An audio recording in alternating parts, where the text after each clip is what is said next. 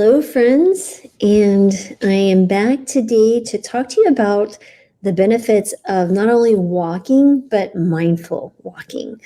And I want to share with you a story that's happened to me over the course of the last few months.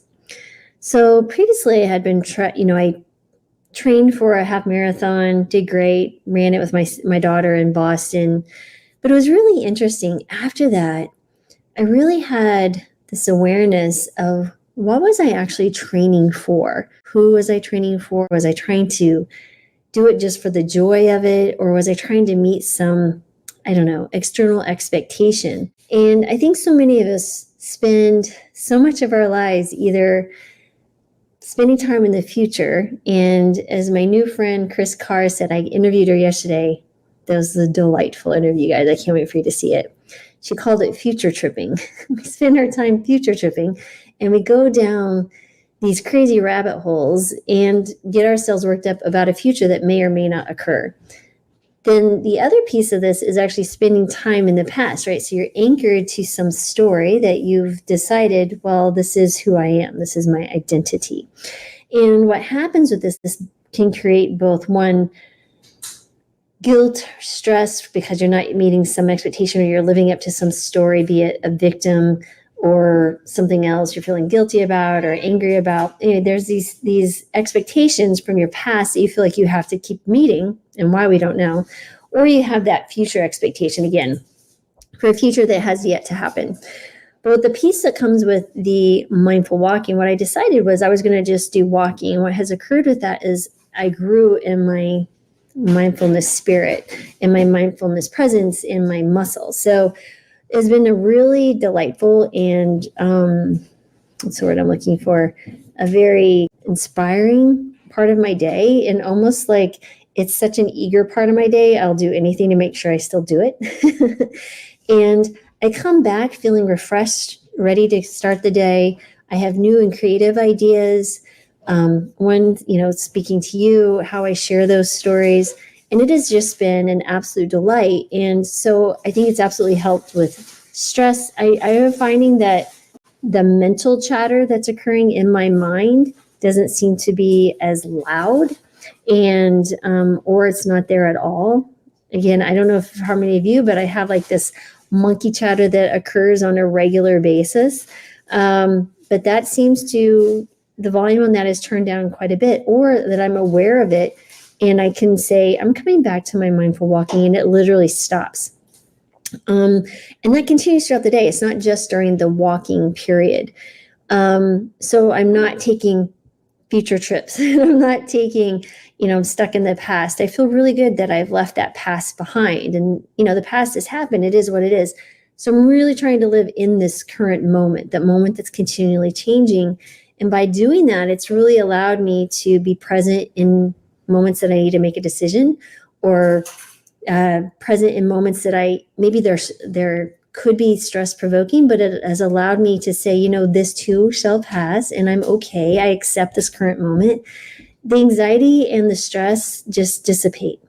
And I'm not saying I'm perfect at it, but I will tell you my quality of life and just my mental state has shifted dramatically in the last 2 months. And I feel like I was doing pretty well already, but it's such a powerful experience that I just wanted to share with you about the mindful walking. And so starting tomorrow, which is February 1st, I would like to challenge you to a mindful walking. And I understand weather is different than for others than it is here in Southern California, though we're getting a atmospheric river hitting tomorrow and the next day. So anyway, that might be a little challenge for me. So even if you're not walking outside, if you have a treadmill, or even if you can just do some type of movement inside your home or a gym, maybe it's just mindful exercise in general. But for me, I found that walking is the best because I'm not trying to think about counting for lifting weights or doing different things. But the walking is really very, very good for me. So take that maybe that'll be helpful for you. So I don't personally use poles for walking. Someone's asking, but if you have mobility issues, whatever movement you can do, right? Maybe it's just gentle yoga, or maybe it's just sitting and looking outside and being present in nature, right? Whatever you can do is really, really important that you connect. And I find that the more you can be outside, I appreciate the weather. If you can be outside any part of the day or close to a window where you can observe nature, that's really, really powerful. And so the way I would encourage you to do this kind of mindful walking to get the most out of it and really think about the benefits of it. Well, one, let's talk about, you get improved circulation, right? You're moving your body, moving the blood. You're going to have enhanced coordination and balance, which is fantastic as we get older. Increased energy, right? Because this is exercise. You're going to have better metabolic health, better energy from the sense, better energy utilization, like your glucose. You become more insulin sensitive. Regular movement can help with pain. It also helps with stress reduction, like I mentioned. You're enhancing your awareness and your mindfulness, which improves mood. And like I said, it really increases your creativity, which may make you more productive in your home or your work environment. Again, lots of things you can do there. So here's some ideas for the mindful walking challenge. First of all, you can do some basic mindful walking, right? So you just, start standing and just be aware that your feet are touching the ground. Literally, you can do it even right now. Your feet are touching the ground or the couch or whatever you're sitting on or standing, and just feel their presence. That immediately pulls you into the current moment. And guess what happens? When you're focused either, like say, on your breathing or some part of your body being present on the ground or touching the table, for example, which I'm doing now, the chatter in your mind or this anxiety, worry, it ceases, right? Because you're pulling your attention to the current moment. And that is where the power lies. And that's where the magic happens. So next, I want you to set an intention for whatever the movement you choose. Maybe it's like I said, chair yoga, or maybe it's just sitting in nature. But for me, like I said, the walking is the most accessible for most people. And it doesn't have to be, an hour. I do an hour every day, but maybe it's 5 minutes. Maybe it's once around the block. Maybe you build over time. The distance and time are less of an issue. I just want you to be present and build this mindfulness muscle, because it doesn't have to be, I have to sit in meditation for hours. You can literally start finding that the more you're mindful during this walking moment and you're setting your intention for being mindful, you're going to be more mindful during other parts of your day that maybe are a little bit more stressful. For example, you may find, I just got an email that's really stressful. You're aware that you're responding in this reaction, right? So before you have this emotional, like, what am I going to do? Sit back, take a breath, connect with your breath. I get you back in the moment and go, okay, this moment, it is what it is. I'm going to accept this moment. Doesn't mean you have to like it, but you can accept it. And then you can decide, well, I can either do something or I can let it be. And I think at that moment, that gives yourself space to make different decisions or more appropriate decisions. They're not just these emotional reaction decisions. You're going to be using your what's the word? Maybe your more intuitive wisdom. So, that's where I'd like you to start thinking about. That's where you can be, and it can be very easy to get there. So for your walk, set an intention that you're really going to be focused on being present. It's not something you have to do. You just need to use your senses. So the thing that I really like to understand is you need to walk at just your normal pace. You don't have to be like rushing. I got to get this exercise in. This is a mindfulness walk. This is not a go get your heart rate up walk. I want you to focus on your breathing. Maybe you breathe in over 3, out over 3. Maybe you just do that for the first few steps, right? And then what I really find is doing your 5 sense gratitude. So look around and saying, wow, I see this tree. I'm really grateful for this tree. Maybe it's you hear some birds, right? This is your hearing. Your smell. Do you smell something? The forest smell, or you honeysuckle as you walk by? I don't know. Whatever it is you smell. Maybe it's the rain and you smell the fresh rain hitting the ground. And those things. So you can use your sight, your hearing, your smell, your feeling, right? You could feel your chest. You could feel the ground up underneath your feet. Taste might be a little bit different, but you can think about, I can feel my saliva in my mouth, or maybe you look forward to something that you could be tasting, or maybe had some tea earlier.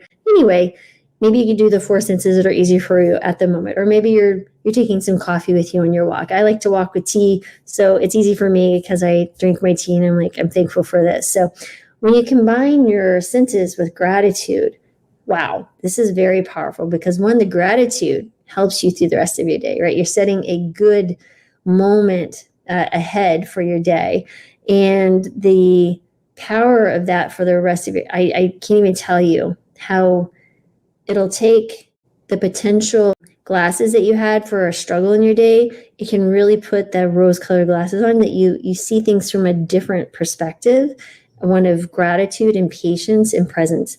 I know this sounds crazy, but it really works, guys. I've been here on this earth for 53 years.